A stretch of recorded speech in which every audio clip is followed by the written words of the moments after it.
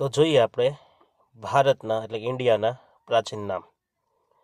પ્રાચીન કાળમાં ભારતને તેની ભૌગોલિક વિશાળતા અને ભવ્ય ઇતિહાસના કારણે અલગ અલગ નામથી ઓળખવામાં આવતો.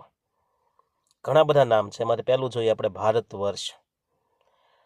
પૌરાણિક કથાઓ મુજબ રાજા દુષ્યંતના પુત્ર ભરતના નામ ઉપરથી ભારત અથવા ભારત વર્ષ નામ પડ્યું છે. આ નામનો ઉલ્લેખ વિષ્ણુ પુરાણમાં પણ છે. 10મા ધોરણની અંદર પહેલા પાઠની અંદર પહેલા ફકરામાં આવશે. બીજું નામ છે આર્યવર્ત.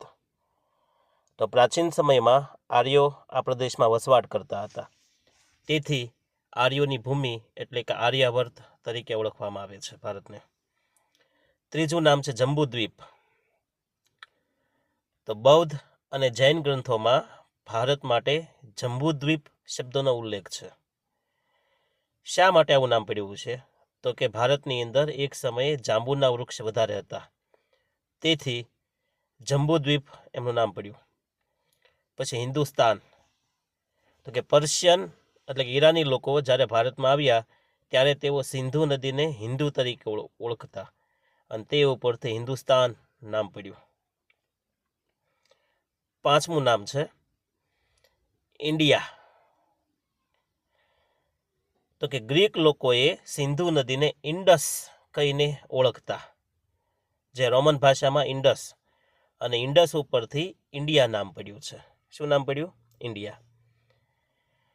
પછી છઠ્ઠું નામ છે તેનજીકુ, જે પ્રાચીન ચીની પ્રવાસીઓ અને સાહિત્યમાં ભારતને એ લોકો તેનજુકુ તરીકે ઓળખતા, જેનો અર્થ થાય છે સ્વર્ગીય ભારત. જો તો ખરી ભારત માટે કેટલી ઉપમાઓ છે. સાતમું નામ તો તમે બધા જાણો છો, સોને કી ચિડિયા, જહાં ડાલ ડાલ પર સોને કી ચિડિયા કરતી હૈ બસેરા, ઓ ભારત દેશ હૈ મેરા. મતલબ કે સમૃદ્ધિને કારણે સોને કી ચિડિયા એટલે સોનાની ચકલી નહોતી, પણ એવી સમૃદ્ધિ હતી એટલે. હવે જોઈએ આપણે ભારત વિશે મુખ્ય માહિતી કેટલીક. તો કે આપણી રાજધાની નવી દિલ્હી. ભારતનો વિસ્તાર 32,87,263 ચોરસ કિલોમીટર. વિશ્વની અંદર 7મા નંબરે ભારત છે એ આવશે વિસ્તારમાં. વસ્તીમાં ભારત સૌથી વધુ વસ્તી ધરાવે છે. ચીનથી આપણે આગળ નીકળી ગયા છે, વસ્તીમાં પહેલો નંબર છે. રાજકીય માળખું જોઈએ તો ભારતમાં 28 રાજ્ય અને 8 કેન્દ્ર શાસિત પ્રદેશ આવેલા છે. આઝાદી. તો ભારતને 15મી ઓગસ્ટ 1947ના રોજ ભારતને આઝાદી મળેલી હતી. આપણું અર્થતંત્ર જીડીપી ગ્રોસ ડોમેસ્ટિક પ્રોડક્ટ, તો કે 2026 મુજબ 7.4%થી 8.3% સુધી રહેવાની ધારણા છે. અવારનવાર આવા પ્રશ્ન પૂછાતા હોય જીડીપીના. હવે જોઈએ આપણે, આવડે છે તેમ છતાં હવે વચ્ચે આપણે લઈ લઈએ રાષ્ટ્રીય પ્રતીકો આપણે કયા કયા છે. તો રાષ્ટ્રીય ધ્વજ તિરંગો, ઉપર કેસરી, વચ્ચે સફેદ, નીચે લીલો અને બ્લુ કલરનું વચ્ચે અશોક ચક્ર. રાષ્ટ્રીય પ્રાણી વાઘ, રાષ્ટ્રીય પક્ષી મોર, રાષ્ટ્રીય ફૂલ કમળ, રાષ્ટ્રગીત આપણું જનગણ મન, રાષ્ટ્રીય મુદ્રા આપણે તમને ખ્યાલ છે આરસીની આકૃતિ. હવે આપણે જોઈએ આપણી ભારતની બોર્ડરો. કયા કયા દેશ સાથે ભારત જોડાયેલું છે જમીન અને જળ સરહદથી. હવે આપણે એ મુદ્દા જોવાનું છે. તો જોઈએ રેડ ક્લિફ રેખા ભારતના પાકિસ્તાન વચ્ચે, ડુરાન્ડ રેખા ભારતને અફઘાનિસ્તાન વચ્ચે, જો ઉપર તમને દેખાશે. પછી ચીન, જે અરુણાચલ પ્રદેશની ઉપર છે ને, ત્યાં આપણે મેકમોહન રેખા છે. પછી આપણે શ્રીલંકા અને ભારતને અલગ કરશે પાલકની સમુદ્ર ધ્રુવની.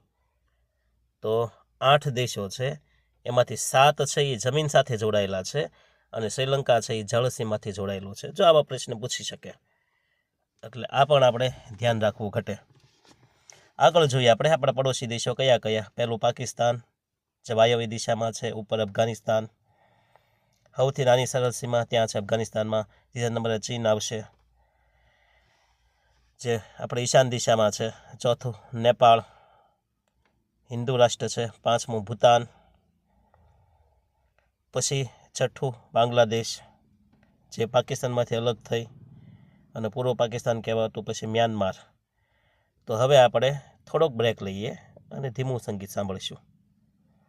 જો સંગીત એ મનનો ખોરાક કહેવાય, બુસ્ટર ડોઝ મળશે.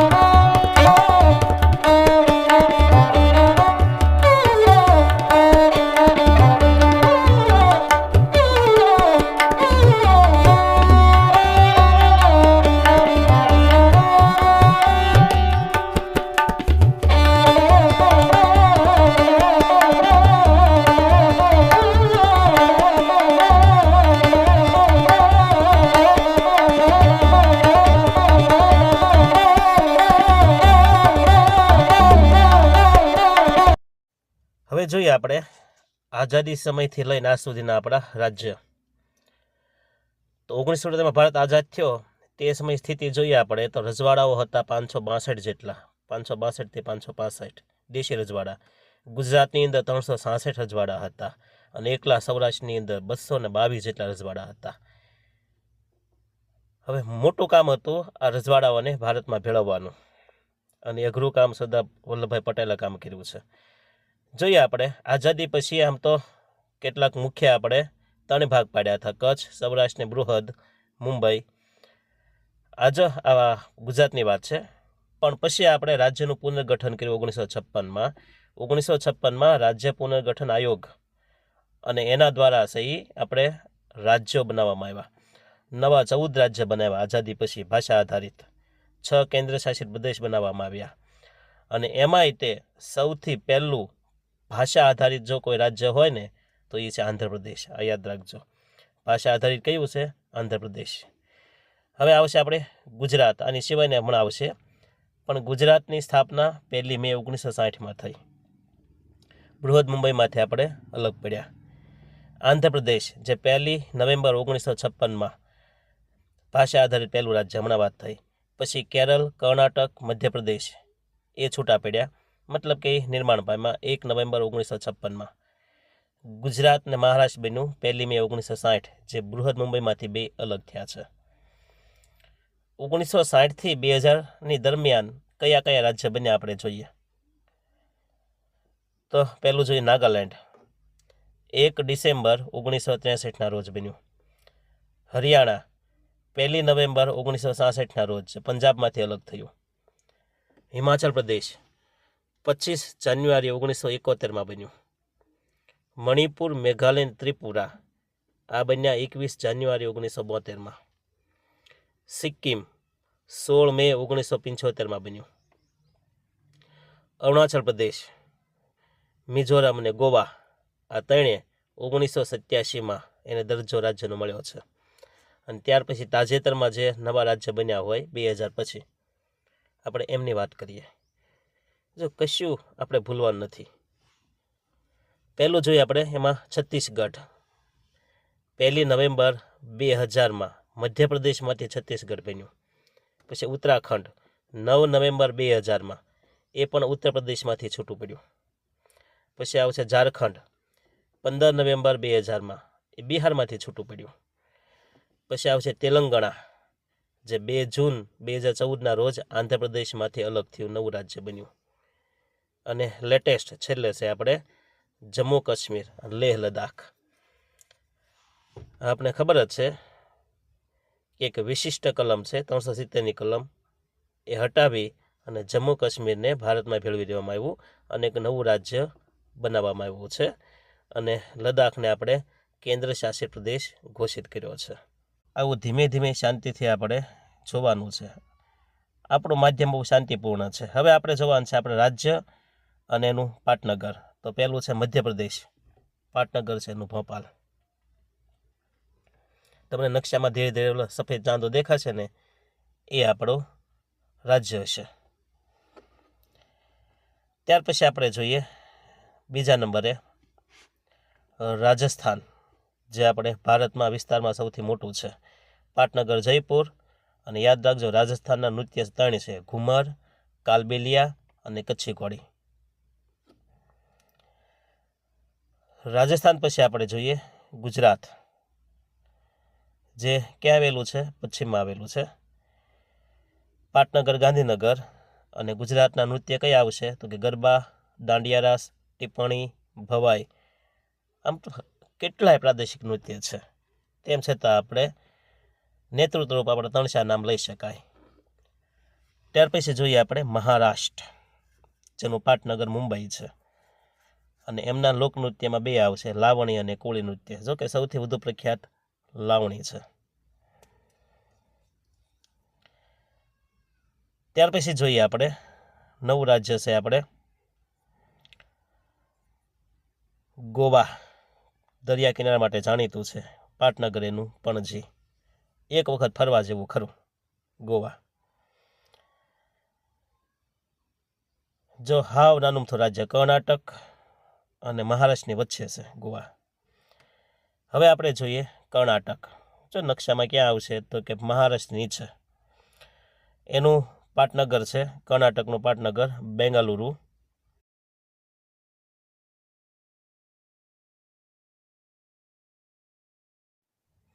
નૃત્ય છે એનું યક્ષગાન.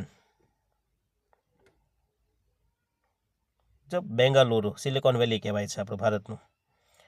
ત્યાર પછી આપણે જોઈએ કેરળ રાજ્ય, પાટનગર એમનું તિરુવનંતપુરમ.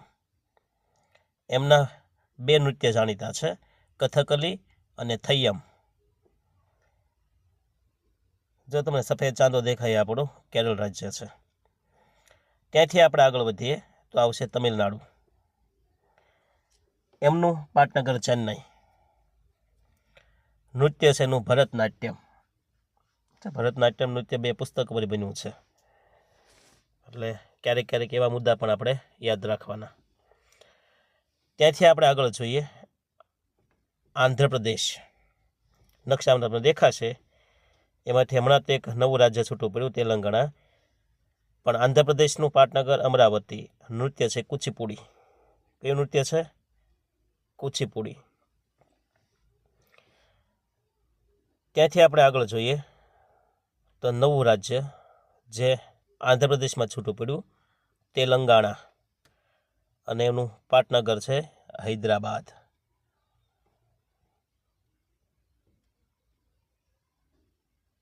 જે ગુલાબી રંગનું દેખાય ને, તે હૈદરાબાદ છે, એટલે સોરી તેલંગાણા છે.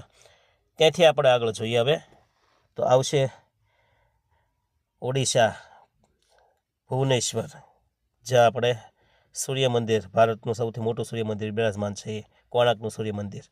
નૃત્ય એમનું છે ઓડિસી નૃત્ય છે. કયું નૃત્ય છે? ઓડિસી, ઓડિશા ઉપરથી. ત્યાર પછી આપણે જોઈએ છત્તીસગઢ રાજ્ય, જે હમણાં તમને એક સફેદ બિંદુ દ્વારા નકશામાં દેખાશે. હા, આ છત્તીસગઢ છે. પાટનગર એમનું રાયપુર. જો રાંચી અને રાયપુર 2 ભેગું ન થાય, એટલે આપણે થોડુંક યાદ રાખશું. છત્તીસગઢ પછી આવશે ઝારખંડ, જે બિહારમાંથી છૂટું પડ્યું તે. એમનું પાટનગર છે રાંચી. કેવું છે? રાંચી. આપણા MS ધોનીનું હું માનું ક્યાં સુધી એમનું પેલેસ છે, એમનું ગામ છે, એમનું સિટી ઝારખંડ. ત્યાર પછી જોઈએ આપણે બિહારી બાબુ, રાજ્ય બિહાર, પાટનગર એનું પટના. તમને સફેદ બિંદુ દ્વારા બિહાર દેખે, ઝારખંડની ઉપર જ છે. જો આ સફેદ બિંદુ દેખાય પીળા રંગનું, એ આપણું બિહાર છે. ત્યાંથી આપણે આગળ વધીએ તો હવે જઈએ આપણે કોલકાતા, પશ્ચિમ બંગાળ. બંગાળી ભાષા, પશ્ચિમ બંગાળ. પાટનગર એનું કોલકાતા. જો તમને સફેદ બિંદુ દેખાય, એ આપણું પશ્ચિમ બંગાળ, અને નીચે આપણે કલકત્તા આવેલું છે. ત્યાર પછી આપણે જોઈએ રાજ્ય સિક્કિમ, જે કલરમાં નથી, સફેદ કલરમાં છે. એનું પાટનગર ગંગટોક છે. આ લાલ કલરનું ટપકું જે દેખાય, જ્યાં સ્થિર થઈ જાય, એ આપણું સિક્કિમ છે, પશ્ચિમ બંગાળની સૌથી ઉપર. બસ, એ આપણું સિક્કિમ. સિક્કિમ પછી જોઈએ આપણે આસામ, પાટનગર એમનું દિસપુર. એમના જાણીતા નૃત્ય બિહુ, બગુરુમ્બા અને સસ્ત્રિયા. આ 3 એમના નૃત્ય છે અસમના. અસમ પછી જોઈએ આપણે મેઘાલય. ભારતનો અને વિશ્વનો સૌથી વધુ વરસાદ પડતો હોય તો એ છે મેઘાલય. મોનસીરમ, ચેરાપુંજી. એમનું પાટનગર છે શિલોંગ. કયું આવશે? શિલોંગ. મેઘાલય પછી જોઈએ આપણે અરુણાચલ પ્રદેશ. ભારતનું સૌથી પૂર્વમાં આવેલું અને સૌથી પહેલાં સૂર્ય ઉગતું રાજ્ય હોય તો અરુણાચલ પ્રદેશ. અરુણ એટલે સૂર્ય. પાટનગર ઈટાનગર છે. ત્યારથી આગળ વધીએ તો આવશે હવે નાગાલેન્ડ. પાટનગર કોહિમા છે. નાગા જાતિની વસ્તી વધારે છે આદિવાસીની, એટલે નામ પડ્યું નાગાલેન્ડ. પાટનગર એમનું છે કોહિમા. જે ગુલાબી રંગનું છે ટપકું દેખાય ને, બસ તે આપણું નાગાલેન્ડ. ત્યાંથી આપણે નીચે જોઈએ 7 સિસ્ટરની અંદર તો રાજ્ય આવશે મણિપુર. પાટનગર ઇમ્ફાલ. નૃત્ય જાણીતું છે મણિપુરી નૃત્ય, એ તો બધાને ખ્યાલ છે. ઇમ્ફાલ એમનું પાટનગર છે. આજે લીલા જેવું દેખાય એ આપણું મણિપુર છે. મણિપુરથી નીચે આવો તો એટલે મિઝોરમ આવશે અને એનું પાટનગર છે આઇઝોલ. કયું આવશે? આઇઝોલ. તો 7 સિસ્ટરમાં અસમ આવે, અરુણાચલ પ્રદેશ આવે, નાગાલેન્ડ આવે, મિઝોરમ આવે, ત્રિપુરા આવે અને મણિપુર આવે છે. મેઘાલય પણ આવે છે 7 સિસ્ટરમાં. ત્યાંથી આપણે આગળ જોઈએ તો હવે આવશે ત્રિપુરા. 3 બાજુથી બાંગ્લાદેશથી ઘેરાયેલું છે. એ આંતરરાષ્ટ્રીય સીમા છે અને એ ત્રિપુરા છે. પાટનગર એનું અગરતલા છે.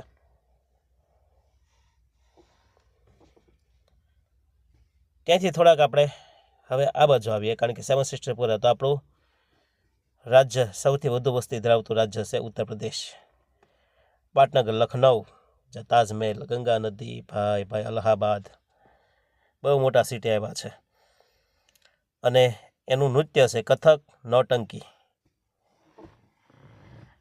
થોડાક ત્યાંથી આપણે ઉપર જઈએ તો ઉત્તર પ્રદેશમાંથી જ એક નવું રાજ્ય બનેલું ઉત્તરાખંડ. એનું પાટનગર છે દહેરાદૂન. કયું આવશે? દહેરાદૂન. જે બ્લુ કલરમાં દેખાય છે તમને એ આપણું ઉત્તરાખંડ છે, જ્યાં હરિદ્વાર આવેલું છે. ગંગા નદીનો ઉદ્ભવ થયેલો છે. ત્યાંથી આપણે થોડાક આગળ વધીએ તો આવશે હિમાચલ પ્રદેશ. હિમ બરફનું આંચલ અને એમનું પાટનગર શિમલા. ફરવાલાયક સ્થળ છે. એમનું નૃત્ય છે નાટી. કયું નૃત્ય છે? નાટી. ગુલાબી રંગનું છે એ હિમાચલ પ્રદેશ. હવે આવશે આપણું રાજ્ય જમ્મુ કાશ્મીર. સૌથી ઉપર લેહ લદ્દાખ છે, નીચે જમ્મુ કાશ્મીર. પાટનગર 2 છે, શ્રીનગર અને જમ્મુ. એક ગરમીમાં અને એક ઠંડીમાં એનું પાટનગર છે. નૃત્ય એનું રૌફ. નૃત્ય રૌફ. રૌફ. ત્યાર પછીનું આપણે રાજ્ય જોઈએ તો એ છે આપણું પંજાબ. બલ્લે બલ્લે બલ્લે. પાટનગર એનું ચંદીગઢ. નૃત્ય ભાંગડા અને ગિદ્દી. બ્રા ઓળથી જેને આપણે લહેકા દઈ અને 1-2 પગ ઊંચા કરી અને જે નૃત્ય થાય એ ભાંગડા. પંજાબમાંથી છૂટું પડેલું છે હરિયાણા. પાટનગર એનું ચંદીગઢ.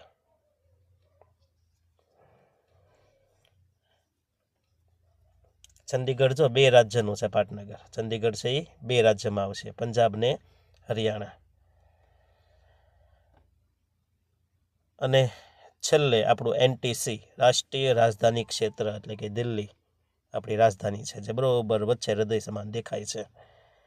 એ આપણી દિલ્હી છે. ત્યાંથી આપણું ભારત દેશનું સંચાલન થાય છે અને આપણી સંસદ ને સુપ્રીમ કોર્ટ ને બધા ત્યાં આવેલા છે. ઇન્ડિયા ગેટ પણ ત્યાં આવેલો છે. તો માત્ર હું અને મારો મોબાઈલ આ 2 દ્વારા વિડીયો બન્યો છે. ગમ્યો હોય તો લાઈક કરજો, શેર કરજો અને સબસ્ક્રાઈબ કરજો. મજા આવે, મારો ઉત્સાહ વધારશો તો વધુમાં વધુ સારો વિડીયો બનાવતો રહીશ, તમને આપતો રહીશ. તમારે પણ રૂપિયા ખર્ચવાની જરૂર નથી અને મારે પણ એવું કંઈ ખર્ચ લાગતો નથી. એટલે આપણે બંનેનું કામ